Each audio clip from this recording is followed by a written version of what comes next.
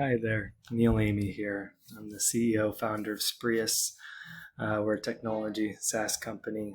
Started in Nebraska, but we've more or less always been a fully remote company with now 40 people on our team.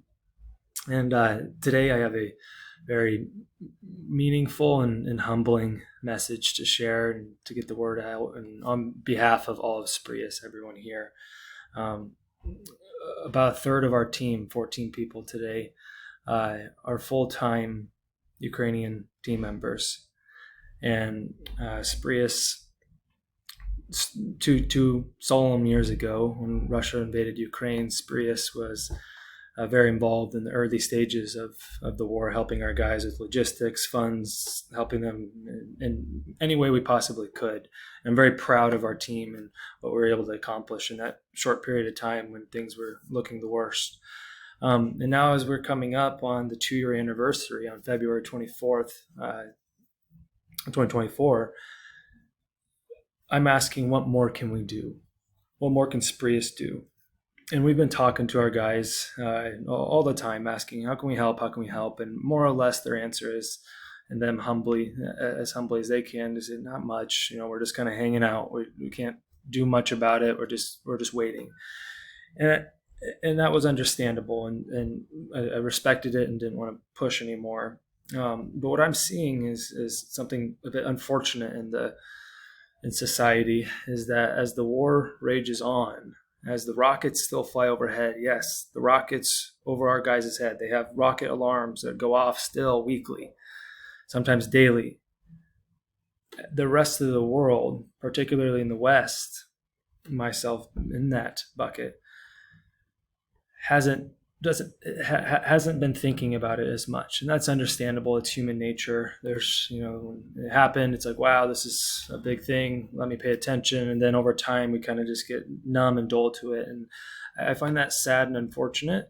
And I want to do our part, Sprius's part, to help remind people that it's still going on, so that the people of Ukraine can still feel supported.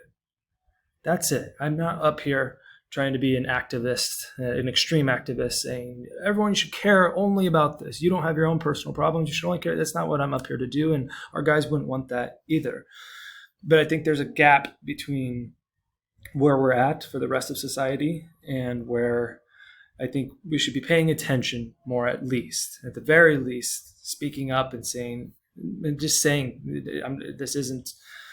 this isn't just about donations and charity, or, again, not extreme activism, but just a kind email to say, hey, Ukrainian people, hey, or Sprius team members, Ukrainians, we care about you. We're really sorry for what you're going through. To hear the world talk about that, to see that people still care about them, can mean all the difference in hope. This is a war of attrition, unfortunately, and the Russian government has substantially more resources than Ukraine. But what Ukraine has that Russia doesn't is a group of people who are fighting for their rights and independence.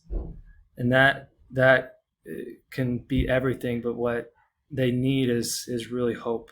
They need hope to stick it out. And I want to offer that. I want to do our part, our small part in giving that hope. So every February going forward, Sprius is going to help with this, help getting this out, and launch this February campaign. You can see it spelled here in the UA capital letters, intentionally so, right? Let's remember February for the symbolic representation of the war starting in February in 2022, and do our part to, again, get this out. So let me share with you my vision on what that looks like. So what is it? So Sprius is going to continue to contribute to the people of Ukraine, all of Ukraine, not just our guys, letting them know that we're here. They're not alone. We're still here. This could mean small and big ways, and we'll talk about that here in a second. And this campaign is going to run every February for as long as needed. And it's important to note for everybody that whenever this war ends, and it will end, that the country of Ukraine has been beaten down, and they're going to have years and decades of rebuilding. And so when the war ends, that's another moment where we can't allow people to forget about the struggles that this entire country has been put through. So we're going to continue supporting this. Sprius will, at least, for years, decades to come. So what this is not. I want to be clear to anyone watching this, clear to our team, clear to anyone else, that this is not a campaign to condone hate, to condone killing, or to stand up here and say, screw Russia, let's kill them all. No. Sprays will not condone that, period. And it's not our value system to even do so. There are plenty of needs in terms of, this is war. I'm not pretending, again, this is like, let's just go hug it out. Let's just go across the lines and just hug it. Yes, that's idealistic. Yes, a bit altruistic. And I would love for that to be reality, but it's not. If Ukraine just laid down their arms, Russia would just walk over them. And so I understand reality. I just don't want sprees to be part of that part of it, the killing part. I understand there's a place and time for it and people to care about that, but there is just as much, if not more, efforts that need the humanitarian focus, saving lives, helping people get through these struggles daily, weekly, monthly, decades to come, people who've lost their homes, people who don't have the right supplies to go into the war, et cetera, et cetera. And I want Sprays to be part of that story and that narrative, because there's plenty to do there. So again, that we want to focus our attention there. And number two, I encourage, we work with a few Russian individuals and just in general, I'm not communicating in any way, and this is not our Sprays core values, is like, we think this is all Russians' faults. Every individual in Russia is at fault here. We believe that it's the Russian government who has made these heinous crimes, but Russian individuals are not the government. And so we make sure that any Russian individuals we work with align with these same values. And if they do, they continue to work with us. And we want to keep working with them because they're human beings at the end of the day. They can't control what their government, their communist government has done here in this situation. It's not their fault for that to happen. It's an entire country. And so I want to make that loud and clear at the start that, again, the main focus, if I underline one word, is humanitarian focus here. And so I want to share the vision of what this campaign is and what it will be like. So in a statement, our vision is to show the people of Ukraine that we're still here standing by their side. Again, the importance of this is they're getting beat down. That we in the West especially cannot emotionally understand, especially from the United States, where we're so far away from great danger, and we have been since the World War I's and World War II's. We cannot emotionally understand. I can't. I'm not pretending I can. What it's like to have to go into your basement because there's rockets flying overhead. Emotionally, that is going to drain and harm the individuals of the society of Ukraine.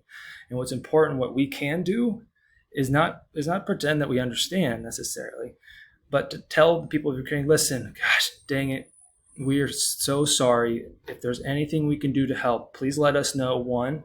And two, know that the world hasn't given up on you. You guys are going to get through this, period. You are going to get through it. No matter what that looks like, you are going to get through it. And that's the vision for this whole campaign, is really just to send our love, our support, our compassion towards the people of Ukraine and say, gosh dang it, you are going to get through it. So asking how we will make that vision come to reality, here's kind of the general plan, kind of in three buckets, and there'll be more things in between.